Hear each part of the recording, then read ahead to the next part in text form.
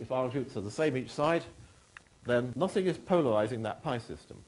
So you know from the bonding picture what it should look like. You know it's got 2 electrons in a pi bond.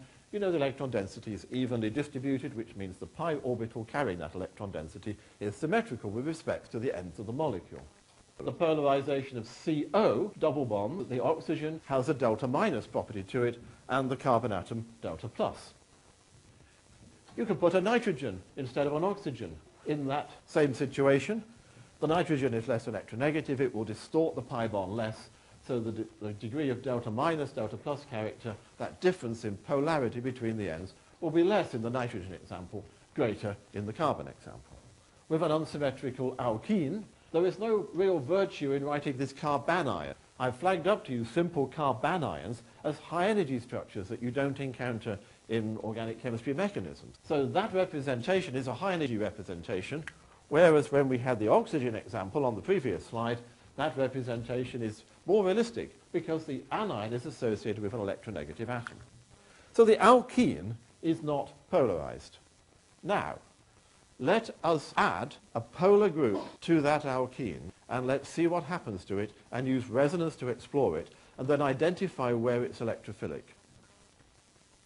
So now we've added to it a polar group to make a larger pi system. This is now a conjugated 4-atom system. What the resonance analysis is telling you, and so avoiding the need to learn all the different molecular orbitals and their implications on the chemistry, instead we can use the resonance analysis to explore why this bond affects the other bond. So that's showing us that the oxygen is getting delta negative. But we can also redraw the position of the pi system along the carbon section of the chain. All we need to do is to redraw the position of the alkene so that the double bond is across to the right, so the plus side now must be associated with the far left. So we have 3 resonance forms in this longer conjugated system. The plus centers in such systems are electrophilic centers. So when we do this resonance analysis for this extended pi system, we identify a total of 2 atoms within the 4 which carry a positive charge.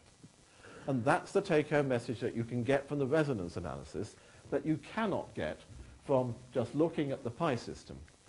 Only 2 of those 4 atoms are electrophilic centers, and you know which 2. If you can do this type of resonance analysis, you should in principle be able to begin to convert the first resonance structure with the third one, and indeed you can. So that logical process to redraw that left-hand image gets you straight away to the right-hand image. You're looking for a total of 3 structures to identify 2 electrophilic centers.